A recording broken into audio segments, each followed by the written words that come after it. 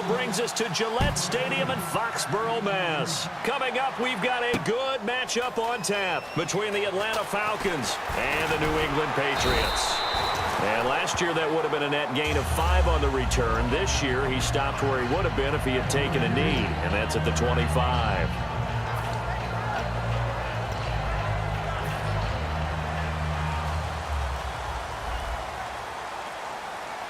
Blunt, the lone running back.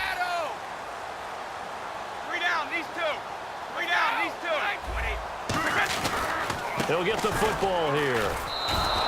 It's a loss of a yard there, and now second down. But when it comes to the running game, the New England Patriots, they're one of the few teams in the NFL that I don't think care much about balancing things out.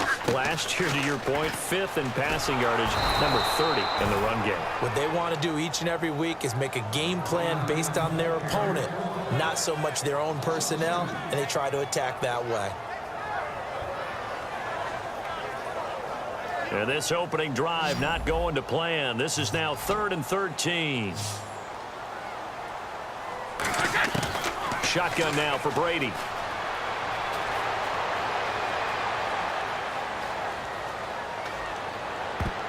And incomplete. A disappointing drop there defensively by the rookie. And now 4th down. Tremendous coverage there. Just did not catch the football and complete the interception. But what do they say all the time? If he had really good hands, he'd be playing offense. Brady not coming to the sideline. They're going to go for it here on 4th. Edelman comes in motion right. Here we go on 4th down now with Brady. Now he'll let it go deep right side. And this is incomplete. A surprising move here on the opening drive of the game. And the Falcons will take control of the football in great field position. Really nice starting field position here for the offensive unit. Throwing now, Ryan under pressure, and he'll go down. Sacked back at the 31. And the defense with their backs against the wall a little bit here as the offense is in the red zone.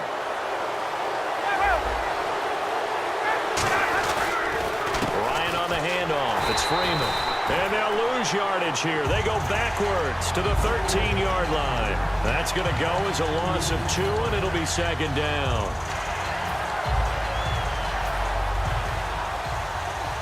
Looking to jam the receivers at the line here. Press coverage look defensively. On second down, Ryan. Sanu with a grab over the middle. And the stop will come inside the 5 at the 4. They'll give him 8 on the play. And all of a sudden here, it's 3rd down. And when you're playing a quarterback with some experience and some moxie, you enter the dangers. And he'll take it into the end zone. Touchdown, Atlanta. Taylor Gabriel from 4 yards out. And the Falcons had taken the early lead. It's good, and that gives the Falcons a 7-0 lead. Now after the touchdown, it's Bosher to kick it away. This fielded a few yards into the end zone. And he'll take this up past the 20 and down at the 22-yard line. Here come the Patriots again on offense, the Super Bowl champions, and boy, they have been able to do it a lot of times, Charles, with unsung heroes, haven't they? Look at the names that led them through the playoffs. Hogan, White, Lewis, guys you just wouldn't think of. Yeah, Deion Lewis, a 5th-round pick, 3 touchdowns against Houston in the divisional round. Chris Hogan, undrafted. He ends up having 180 yards in receptions, including 5 plays of 20 yards or more against the Pittsburgh Steelers. And how about James White, a 4th-round pick out of Wisconsin? Think about who he played behind while he was at Wisconsin, and he turns out to be the unsung hero of the Super Bowl. Would have been the MVP if it wasn't for Tom Brady. And you mentioned James White at Wisconsin. He was behind who? Melvin Gordon and Monte Ball, right? That's correct. He was looking for Julian Edelman that time. And it's 3rd and short. This is the offense we're going to see coming up in this one, and LeGarrette Blount, the featured back. The big knock on him coming out of college was his lack of speed. but it's definitely not his lack of power. He runs right through opposing tacklers and sets things up big for his offense. Brady going to try and throw on third down. And this is going to be incomplete. Gronkowski the intended target, and it's fourth down. I'm not sure we could spot any tendency here on this third down. They could have run it or passed it. Either one was available. They chose to try and get it through the air, but they were unsuccessful. Now, the offense is not leaving the field. They're going to stay out and go for it on 4th and 3. Let's go, let's go. Learn, guys. 380. They do go for it. It's Brady. Sets up the screen to Lewis. And he gets it to the 34. Good enough for the first. It's a gain of 5. And they're able to pick up the conversion here on 4th down. Mission accomplished on that throw. Slant, pick up the first down. I like how he just put it on the receiver and didn't lead him on that one. Happened quickly. Defense, not much they could do. And the wide out in motion. Brady now on first down. Over the middle, the catch made by Mitchell. A good pickup there. 8 yards on the first down completion. An ex-teammate used to tell me all the time, I hate experienced quarterbacks because no matter what, you really can't hide what you're doing. And I think that right there, he knew right away where the blitz was coming from, where his primary guy was going to be, and he ended up going to a secondary target for a nice game. I was just going to ask you, that wasn't the primary target. He's so good at that, isn't he? And no escaping this time as he'll go down. They got him for a sack. They dial up the corner blitz that time, and it delivers to the tune of a 9-yard loss. 3rd and 11, 5 in the secondary now. Nickel look. 20, 20. And he motions the wide receiver. Throwing is Brady on third down. Escaping the pressure right. And he will go down outside of the pocket for a sack. Tried to get away, but could not. Well, Brandon, sometimes I think when we watch games, we're actually watching a living museum because we're seeing the evolution of positions almost with each passing game. How about defensive ends nowadays and the way that they can run almost all the way across the field? It is unbelievable, isn't it? I mean, they're so strong, but they're so lean, they can move so quick with those bodies. It's almost unfair. You're supposed to be able to know where a defensive end is supposed to be on every play. These guys flash so quickly, you're not sure where they're going to end up.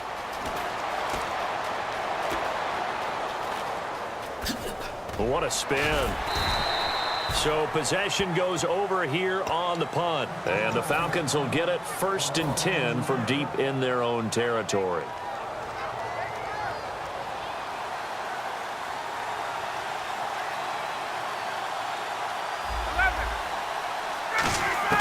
Now Ryan on first down. Getting it out left side to Sanu. And he'll be taken down, but not before he gets this football out shy of the 30 to the 29. Alongside Charles Davis, Brandon Gaudin, it's the Falcons in possession to begin quarter number 2, and they've got it here with a first down.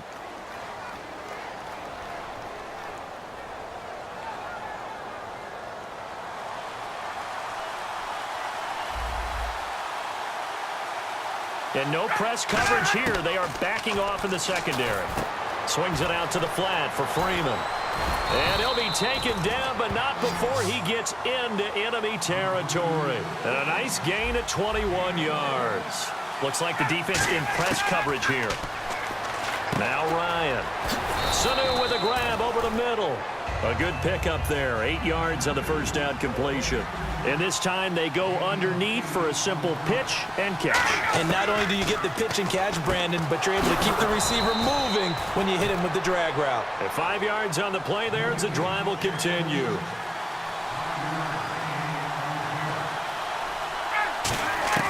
Throwing now, Ryan on first down. And it's complete to Jacob Tamme. And he's going to get this down near the 20-yard line. 15 yards through the air and a first down.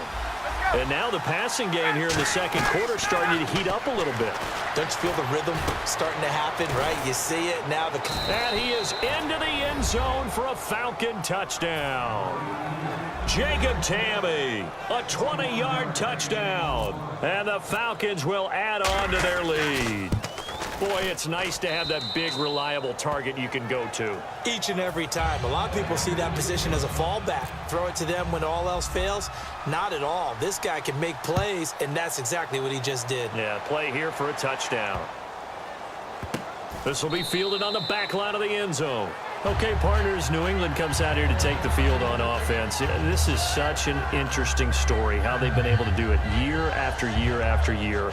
Guys talk about parity in the NFL. Well, New England has kind of transcended that parity, and they've done it with guys that you don't normally think of as household names. The parts keep changing for New England. That's the amazing part on offense, all right? Offensive linemen change, receivers change, running backs change. We know the one constant is Tom Brady, and that's a huge deal for them. But to be able to do it in what you call the parity times, and you're exactly right, everyone's supposed to be pretty equal. New England's still a top 10 offense year in and year out. In 2016, they were number 4, and that helped them with the number 1 ranked defense as well. Well, so much for setting the tone of the drive offensively. Giving up a big sack that loses that kind of yardage, not a great start. Now Brady throwing on second down. Pressure gets to him, and down he goes. Back at the 4-yard line. A well-designed corner blitz that gets him for a loss of 8 yards. Big sack on second down. Now the offense needs to convert here on third. Back near his goal line. Here's Brady. And that is incomplete. Malcolm Mitchell out of the University of Georgia was the intended receiver. And it's 4th down. Well, they've had a pretty frustrating first half here offensively, and then just continued there with that incompletion. And definitely frustrating for them, but heartening for the other guys. Those stop troops, they're enjoying things right now because they've made it very difficult for them throughout the half. Going deep here for Edelman. And it is incomplete. Boy, a real head-scratcher there. Thank goodness. That means this next drive is going to begin 1st and goal already at the 5-yard line. Atlanta now coming out on the field. And they'll just simply be looking to build off the confidence of the last time out where they scored a touchdown. And confidence is power. And he'll take it into the end zone. Touchdown, Atlanta. Devontae Freeman, a 5-yard touchdown. And the Falcons will extend their lead. Getting your back involved, what's the importance there in the passing game? Well, oftentimes you can create mismatches because who's going to cover him? And you get him into space, which is where he likes to operate with the ball in his hands. Oftentimes makes people miss, gets that run after the catch, and off he goes. And into the end zone. Now the Patriots offense, they worked their way back out onto the field. And last time out, went for it on 4th down, turned it over, gave them great field position, turned it to 6 points, so they've got to recover here, Charles. It's amazing what one decision can do in the chain of events, right? The decision to go for it on 4th down. Caused all of that. It caused every bit of it, but it showed confidence. Hey, I've got confidence in you guys. Go pick it up for them. It didn't happen. Also showed confidence in the defense. They didn't pick up their end of the bargain, so now they've got to come back out and start over. And Rob Gronkowski, there he goes. And he takes it down deep into Atlanta territory. A big play. Brady to Gronkowski. 64 yards. In the red zone this time. The wide receiver moving to a new spot. Brady now on 1st down. Toward the center of the field, but it's incomplete. Looking for his all-pro tight end, Rob Gronkowski. That'll bring up 2nd down. All defenders get tired of hearing about their lack of hands and why they're playing defense instead of offense. But in this situation, it was the hands that made the play. Batting the ball away on an attempted touchdown pass. Excellent job. Way to knock it down. It looked like he might have had a window there, but the rhythm was just a little bit off. It certainly was, because everything that has to come together to get a pass completed. And he fires one that's intercepted. A great read, and it's picked off. And he'll go down inside the 15 at his own 13-yard line. Now the Falcons.